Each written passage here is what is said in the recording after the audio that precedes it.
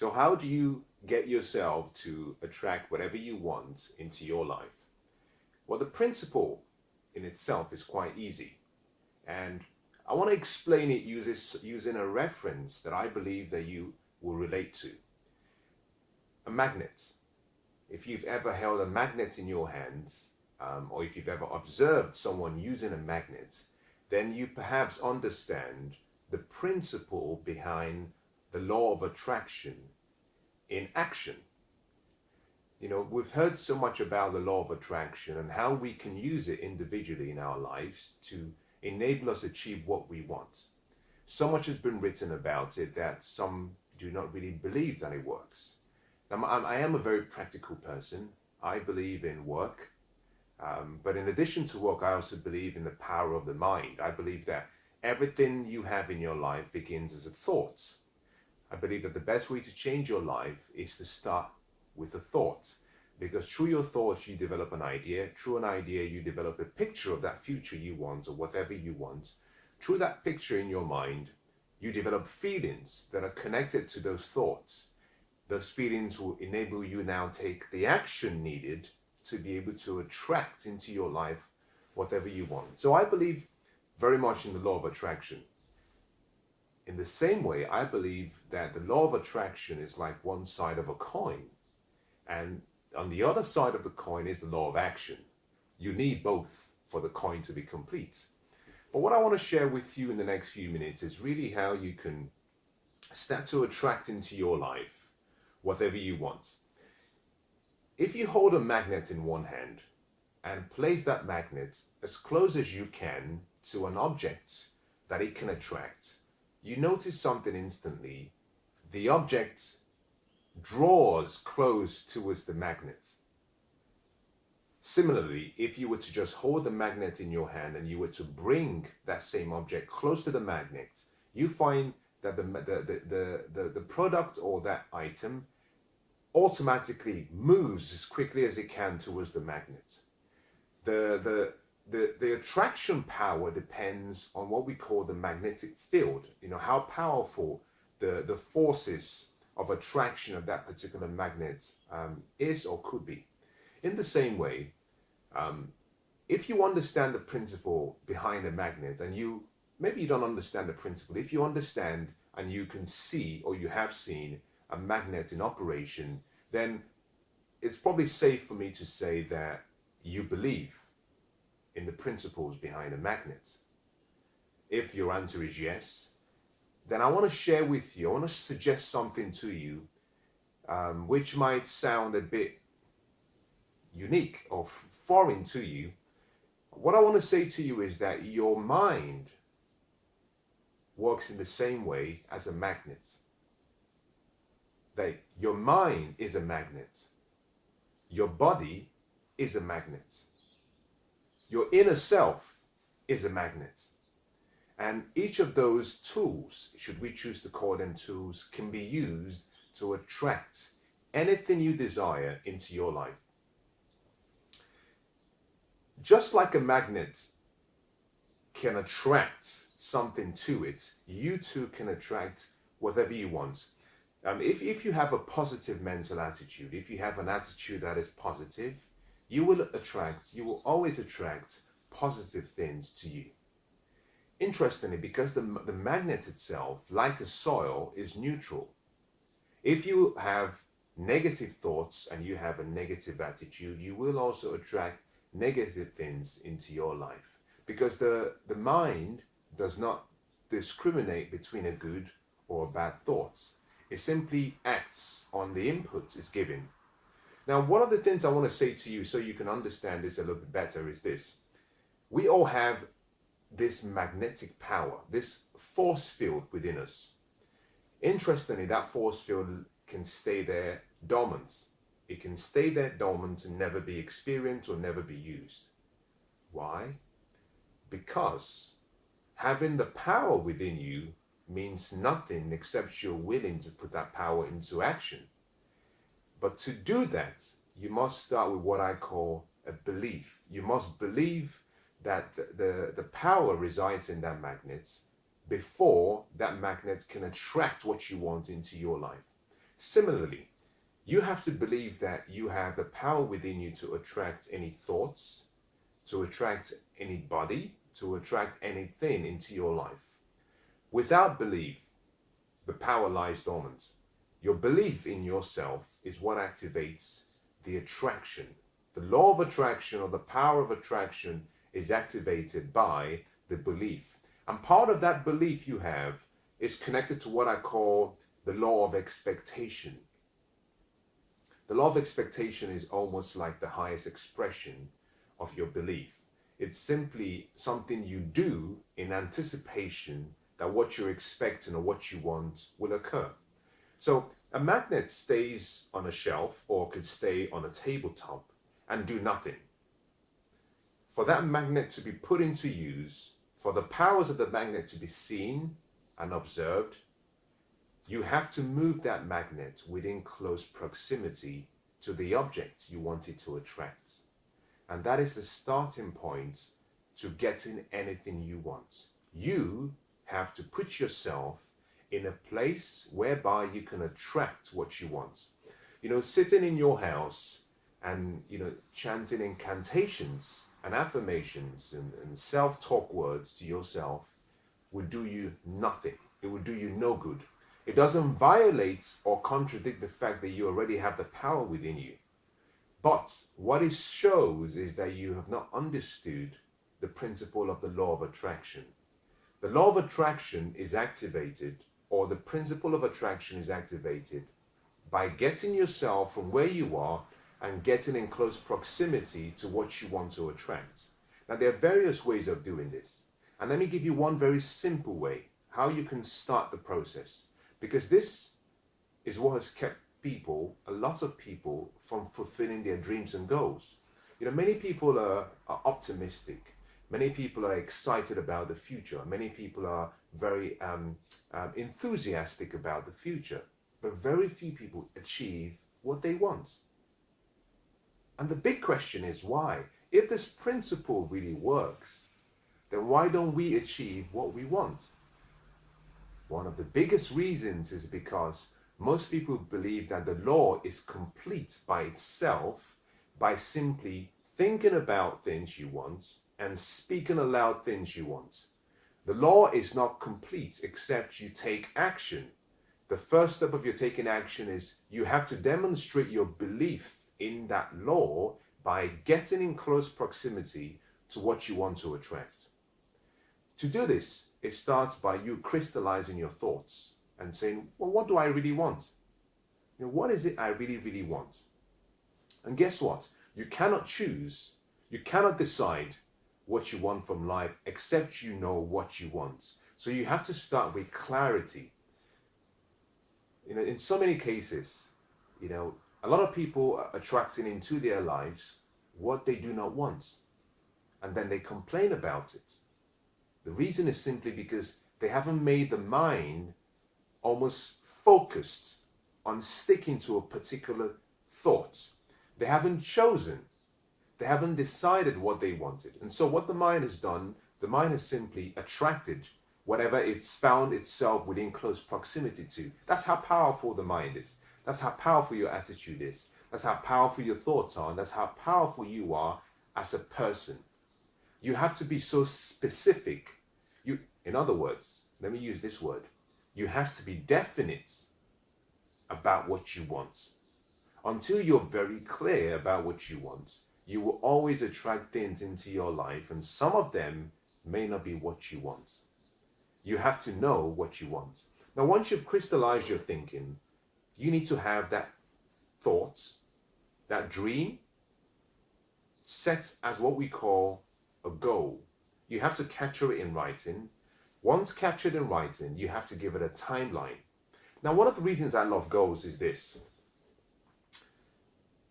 A goal is your dream captured in writing, crystallized by giving it permanence on paper, but also given a timeline for its achievement. So you've made it achievable. But in addition to that, a goal is important because a goal allows you to start seeing a number of things. I'll give you some examples. Number one, When you identify what your goal is, your goal automatically tells you the kind of lifestyle you need to be living to achieve that goal. Your goal identifies the kind of people you need to be around to achieve that goal. Mentors, friends, associates, maybe people who have achieved that previously. Your goal also identifies the level of focus you need to achieve that goal. It tells you what you need to keep your eyes focused on and how you have to stay away from all distractions. Number 4, your goal gives you inspiration. So now all of these things I've just given you, the 4 of them are methods through which you can start to move into what I call the sphere of what you want to attract. So let's make it practical. Let's say, for example, one of your goals is to learn how to swim. If that was a goal you have, one of the first things you might decide to do is, well, capture it in writing. What do you want to be good at when you swim? Do you want to be able to do breaststrokes or the freestyle or the butterfly strokes? How do you want to swim? When do you want to be able to do all of those individual techniques? And how well do you want to execute them? You've defined your goal. You've defined a timeline. One of the important things you do as soon as you've decided what you want is to say, well, are there any swimming schools around where I live or where I work? Because if I can get to a swimming school, I can find a teacher, or I can find other swimmers, I can find people who have similar goals who can guide me. In addition to that, you'll find that actually that goal gives you the inspiration whereby you start to think about things that relate to the art of swimming. In addition to that, you'll find that your confidence in that area starts to increase. But the most important thing is, once you've decided what you want, because your attitude is one that is positive and one of a positive expectation and expectancy, you'll find that you start to move into the area, the environment where you can attract that goal. That's one of the most important things you have to do. Now, the second thing you have to do once you've chosen your goal is you must believe in that goal. And your belief is demonstrated by your willingness to take action. You're taking action although the goal has not been achieved. But in your mind, you have to have seen that goal as achieved in your mind. Let's go back to the whole concept of a magnet. A magnet sits on a glass table. You take that magnet and you bring it within close proximity towards an object you wanted to attract. As you get within close proximity, what happens is that that object is attracted to the magnet. In the same way, the action steps you've taken by moving the magnet from where it was to where you want it to be able to achieve or attract what you want, you have to take the same actions in your life. You have to go beyond. This is so important. You have to go beyond what I call the dream cocoon. You have to get outside your head. Success is not achieved by thinking about it. You know, a long time ago, Napoleon Hill wrote a classic book called Think and Grow Rich. An excellent book, exceptional book. If you haven't read it, I definitely recommend it to you. It was a powerful book commissioned by someone called Andrew Carnegie, who at a particular time was the wealthiest man in the world. He was a Scottish American within the steel industry who had achieved a level of success that was so remarkable, but he had a passion for philanthropy and benevolence. He wanted to help people. So he commissioned Napoleon Hill to do a study, to go around the world and interview the greatest men of the time, people who had achieved and amassed a level of wealth that could not be compared to any other. So Napoleon Hill accepted the commission. He went to the likes of Henry Ford. He went to the likes of Thomas Edison. So he interviewed all these great minds. The intention, the whole purpose of that study was for Napoleon Hill to capture a blueprint to success in such a way that Napoleon Hill could make it available to everyone so that everyone could achieve their personal greatness. That was the whole purpose of that whole commission. A long story. I've just gone on a little bit longer just to explain the context, just in case you haven't read the book. So that book captures some of the greatest ideas of personal success and personal motivation and growth. The title of the book was called Think and Grow Rich. Now, a lot of people obviously did not read that book, and they simply misunderstood the whole theme of the book. They simply went by the title of the book, which was Think and You'll Grow Rich, which is so false, but also it has nothing to do with the theme and what the book actually contains.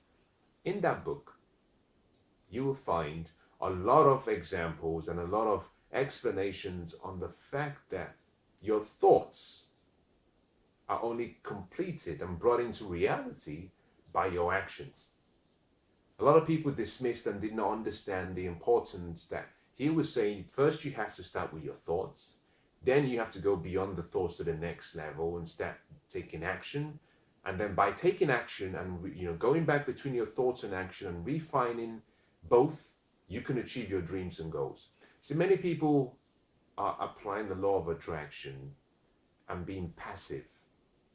Success is not a passive experience. You have to be willing to take action. You see, sacrifice is where the price is paid.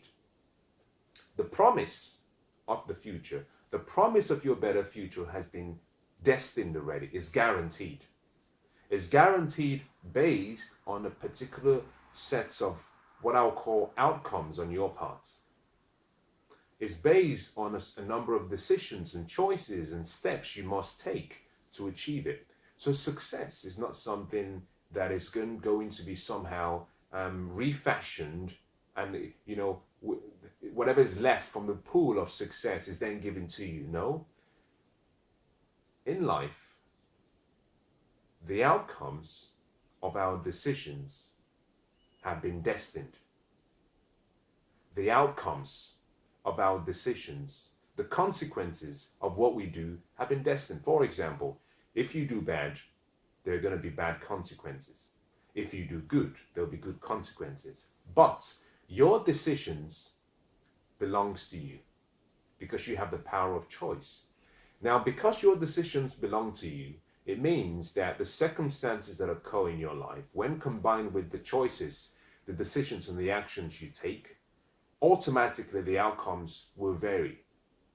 So you control the outcomes in your life because you choose how you react and how you respond to the events. Whatever response or reaction you choose decides the outcome. But the outcomes in general, the consequences of your outcomes have been destined. If you do good, you get good. If you do bad, you get bad. In the same way, just sitting passively and using the law of attraction does you no good. Does you absolutely no good. You have to be willing to go beyond the passive stage and get into the active stage of taking action. And when you start to take action, what you'll find is that you start to attract all of the great things you want into your life. Remember this, your mind is neutral. Your mind does not care. Whatever you have in your life is a picture or is a result of what you attracted through your thoughts and through your actions. So to change your life, to change what you're getting from life, you simply have to change how you think, but also what you do. Combine the both of them in the right way, in the right sequence, in the right order, and you have for yourself a really successful life. There is no mystery to success. There is no magic to success. There are no secret ingredients. Success is a result of following fundamental laws and principles of life, applying them in the right way, in such a way that you achieve the outcomes you want. And that really starts with your thoughts. That starts by understanding that your mind is a magnet and you can attract through positive thoughts, through a positive attitude, through positive actions. You can attract anything you want into your life.